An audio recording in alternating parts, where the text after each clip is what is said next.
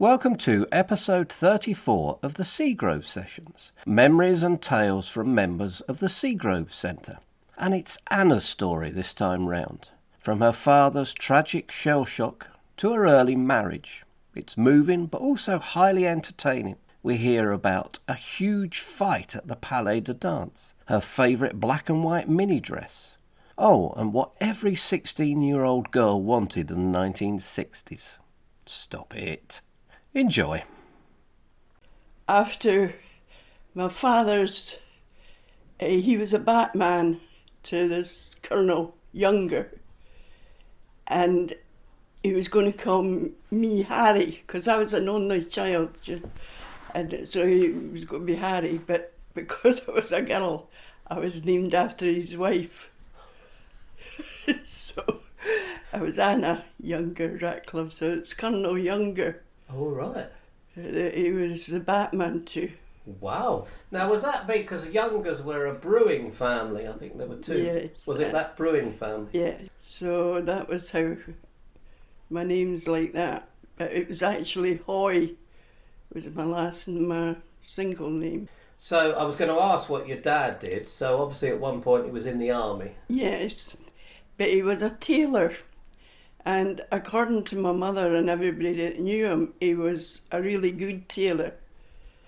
And he worked in Anderson's in George Street. And he was going to come and go to do that after the war. My mother and him were going to get a wee shopping. But not that I knew him any different, but when he came back, he was shell-shocked. Couldn't he do it? Couldn't he work inside at all? So he got a job at first. He was on the railway, but the noise was too much for him. So he got a job in the parts department going round, and he ended up in Inverleith. But he died when he was 59, heart attack. And they said it was 3 minutes, which was fantastic. You know, it didn't mean anything then, but... No.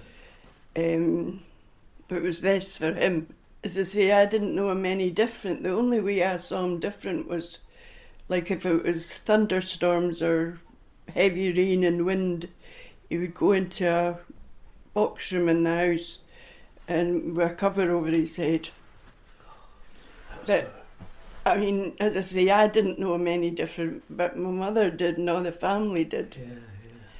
But it wasn't something that they spoke of readily. You know, was shell shock and that, so he just had to rely. And my mother was, I always felt sorry for her because she was always trying to make him better, but it didn't work, you know. But as I say, he was great to me because I didn't know him any different. No. And but he used to seemingly been quite a good golfer and played pool or. Yeah. Whatever it was, snooker and all these, but couldn't do a thing like that.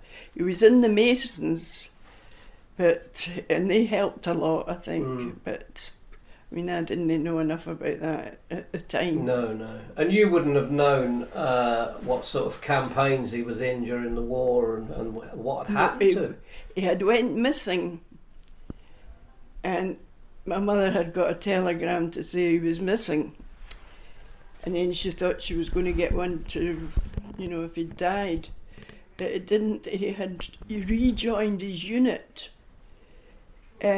just before Dunkirk. And he seemingly rejoined his unit, but he didn't know where he had been. God, that's extraordinary, isn't it? And one of the other, there was, what was his name? Another colonel anyway. And he had got blown up in a house with some men, so they didn't know whether it was something to do with that because his unit, you know, had got. So it could have been anything like that, you know. So did he carry on? He obviously carried on in the war with this shell shock, but he was. Did he have lesser duties if he was the Batman? I don't know really. Didn't really know about that. It was just he came home. I think he came home in 1944. Right. And because he went to this place called, it was a mental hospital actually. Shenley. All right. That was the name of the place. And the doctor was pretty good, my mother said. They'd sent him to there. But it didn't really do all that much good, you know. Because now you'd get so much more support. Oh, yes. Oh, what a shame. Well, in a way it was, I suppose. But the way he went, the way he died, it was best for him, you know. Didn't have to suffer anymore. And so, your mum, what, did she work then? Or? Well, she didn't during the war, but she had me and that. But then after the war, she had to, you know, get a job because his money wasn't all that great. And he could take up a hem, but that was it. Oh, yeah. And he made suits and everything, you know. So that was a shame. Yeah. But my mother, she went out to work. I was one of the latchkey kids, as I talked about, because I didn't run my neck. Yeah, so was I. And I was an only child as well. So there we so she had went out to work. Yeah. But it was always quite near, you know, it was a grocery shop. Hogs was the name. So yes, what area of Edinburgh was this? Meadowbank. Right. I more or less stayed in Meadowbank all my life because when I met my first husband, that was on holiday. That was a holiday romance. So we got married in 1963 and then I left him in about 1966, 1967 because I had my first daughter. Right. In 1964, October 1964. So that was quite something in that early 60s to be leaving somebody, wasn't it? If I hadn't had my mother, although my mother apologised to me later because when I left him, she thought I was going to be, you know, but it wasn't that feeling. But she didn't realise. And she couldn't understand how I wasn't ecstatic just because I'd got rid of him, sort of thing. He used to come and take my daughter out because she was only 3. His mother, she had a lot of grandchildren, and she had phoned up my mother and said, when he comes with Joanne over to see me, he leaves her and goes off, so he's not really spending time with her. And she says, it's coming up to winter, and she says, I think I should, because she wasn't daft either, you know, she knew. I was young as well, I mean. Well, so was you. Yeah, that's what I mean. So she said that she would talk to him, and then he didn't come back. And I didn't get any money because he wasn't working. And then I had known my second husband before, but he was 10 years older than me, and I hadn't paid attention much to him before, but he said he was going to, he had to speak because he was, didn't want to catch me in between husbands or something. So it's quite funny.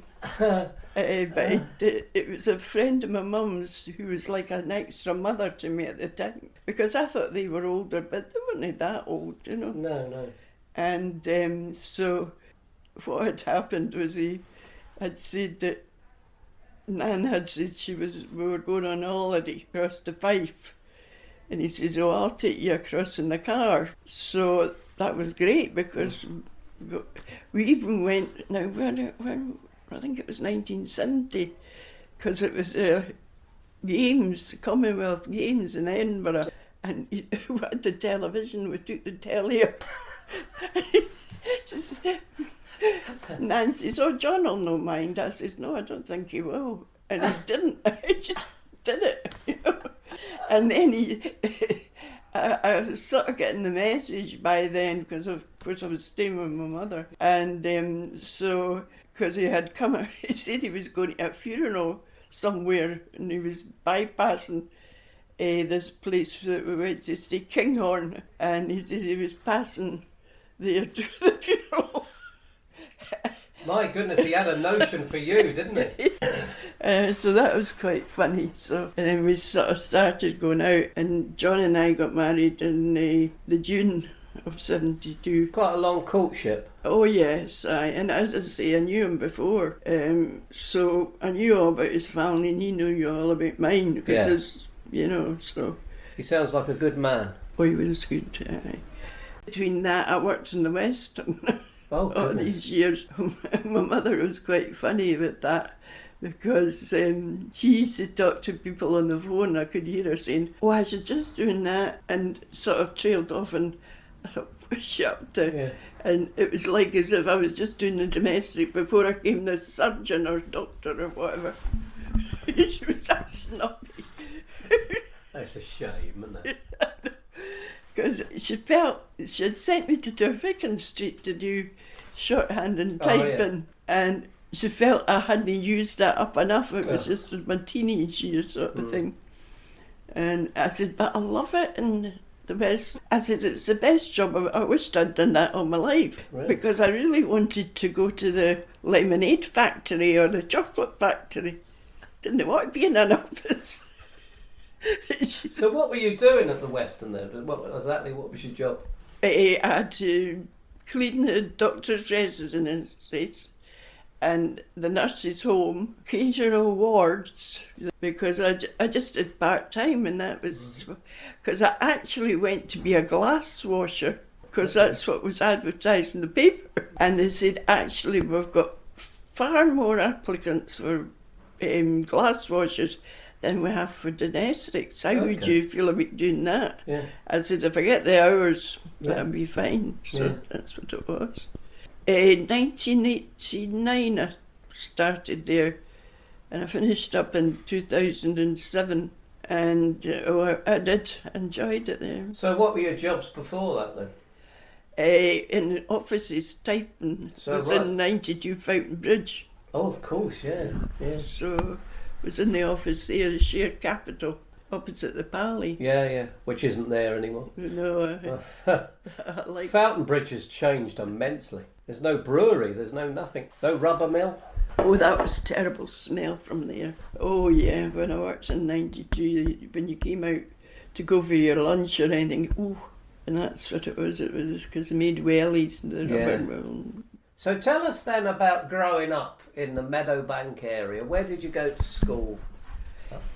Parsons Green, Right. which used to be right on the top of the hill, and then it burnt down when I was 16, because I had left, obviously. Yeah.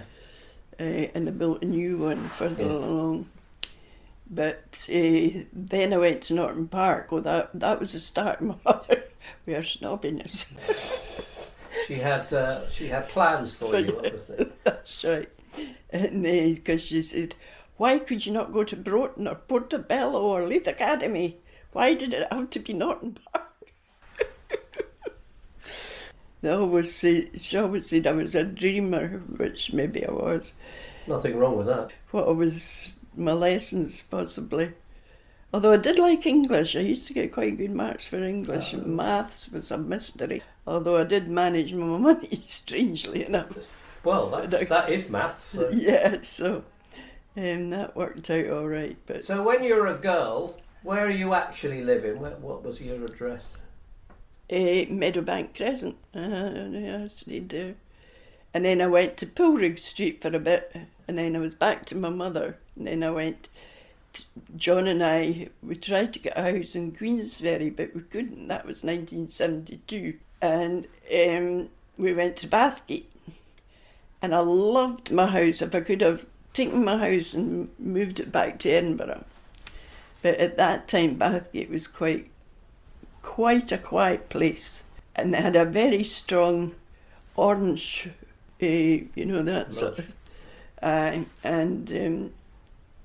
I wasn't very keen on joining that sort of thing. Bathgate for 1977 we left, so that was 72 to 77, and my mother said, there's a house going, now I don't know whether this was the right idea, but she says there's a house going on the land, and Brenda and John, that was their name, Brenda and John.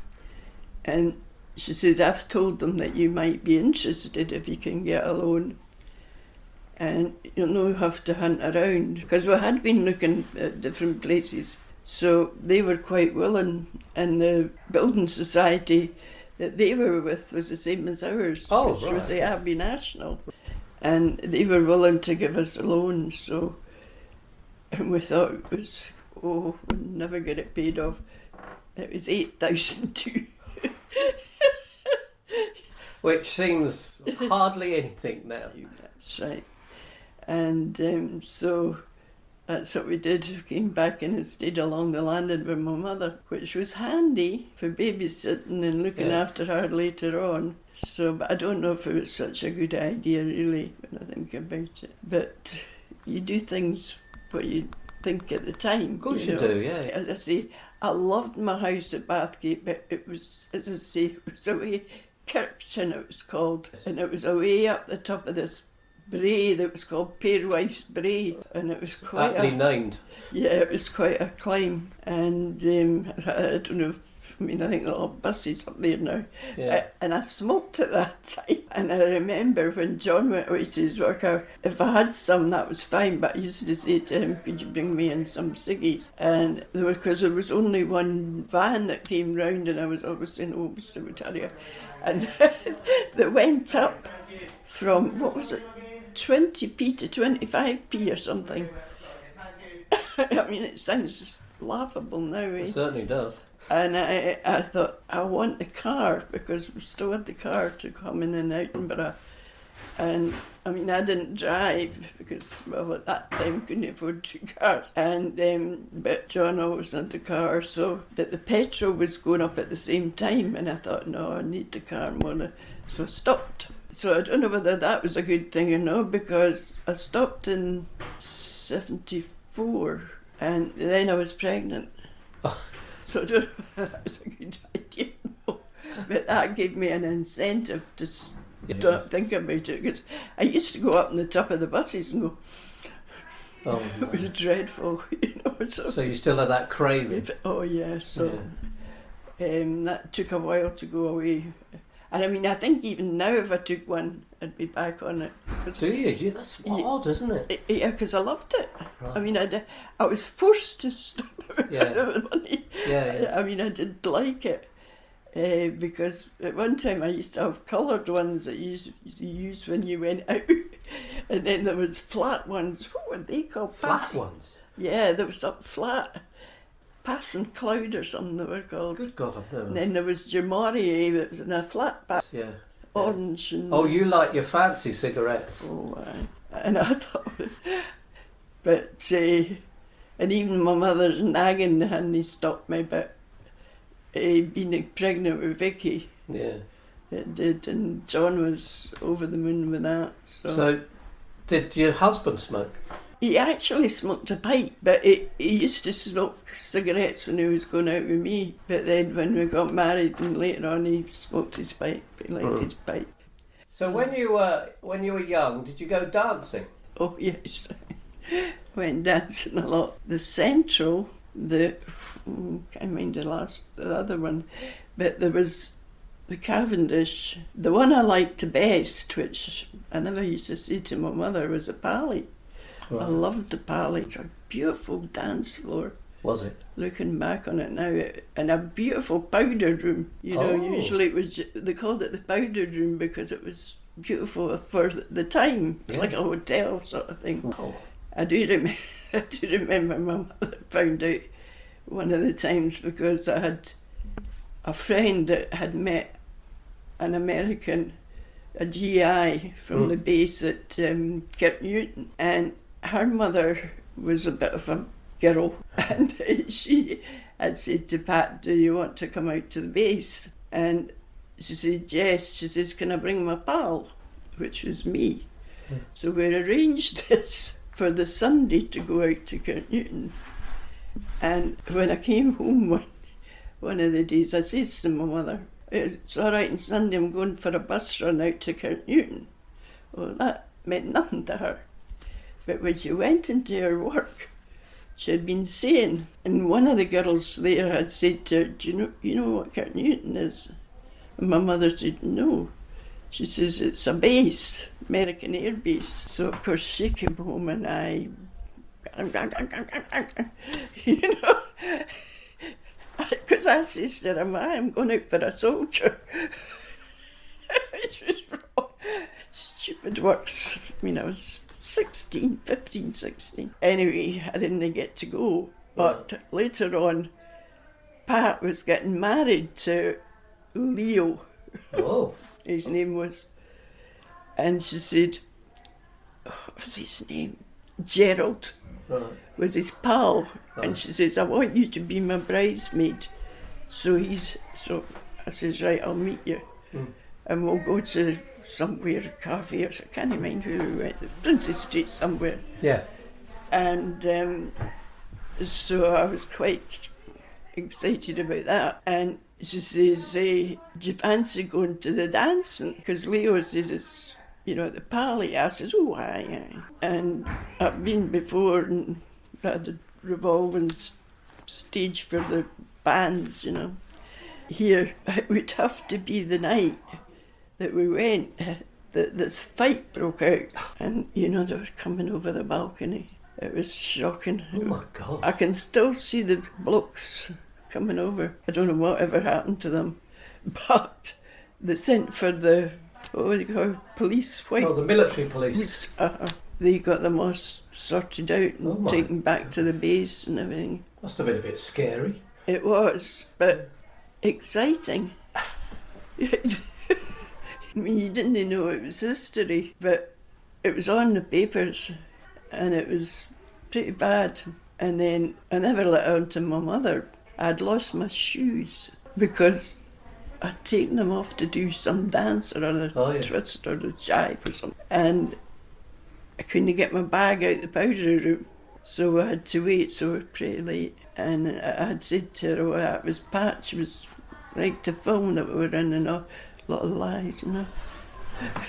But she did find out later and went mad, but it was all over. So what age were you at that time? 16. So you were going dancing quite early? Oh yes, because one of my other friends who played more, she took me to the Central to learn to dance, where we had to learn actually to dance. So that was quite good. I'd met my first boyfriend there. No forget him either. And what I liked about him was, sounds daft, but the one thing that 16-year-olds wanted in these days was a Harriet's boy. Was it? I ended up with one actually, John. He went to Harriet's because I had went to Norton Park. Oh. A Harriet's boy. Well, George, he called himself Sly Bacon because his name was Cunningham. See? Oh yeah, Sly Bacon. I like it. So I never forgot that either because I thought it was funny, you know. He was frightened of his father, so he used to sneak out to meet me because he was only 16 at the time. And what sort of thing would you be wearing? What was your favourite get-up? Well, I wore the mini skirt, and I think it now was shocking. Because I remember, well, my father he wasn't that silly that way, because he says, are you going out like that? I says, yes. And, you know, what we used to do is me and my pal, when we were going up the town, we used to go upstairs on the bus. I think it was buses. No, because the trams were finished by then. So the guys could look at our legs because we had mini skirts on. Oh, that's a confession, that is. Wow. So I do remember that. It was the frock that I liked the best was black and white with white collar, and it's all very Mary Quant kind of look. Because that was when I worked in the store. Because my jobs seemed to not last very long. The one that I went to first was Carabonum after I came out of Trafficking Street. That was at the end of, right in past Market at the West End. And then I left there because they were offering me 10 shillings more. Oh, it's quite a lot. So that's why I went to the store. I remember when I passed building sites with workmen on them, if they didn't whistle at me, I thought there was something wrong with me. She says, Nanny, that's dreadful. It's a different world now. Oh, yeah. You won't get that. No, but because people sort of took it for granted when you went up to Princess Street, you were looking for block. I mean, you weren't just, walking along Princess Street. So did you ever, they said a lot of courting went on and you'd meet underneath the clock? Oh, yes. The West End. That's right, aye. I forgot about that. I used to meet a lot of people at the West End, you know. It was Bins. I forgot about Bins, a big shop. That was episode 34 of the Seagrove Sessions, Anna's Memories and Stories. For more episodes and information about North Edinburgh Dementia Care Seagrove Centre, go to www.nedc.org.uk.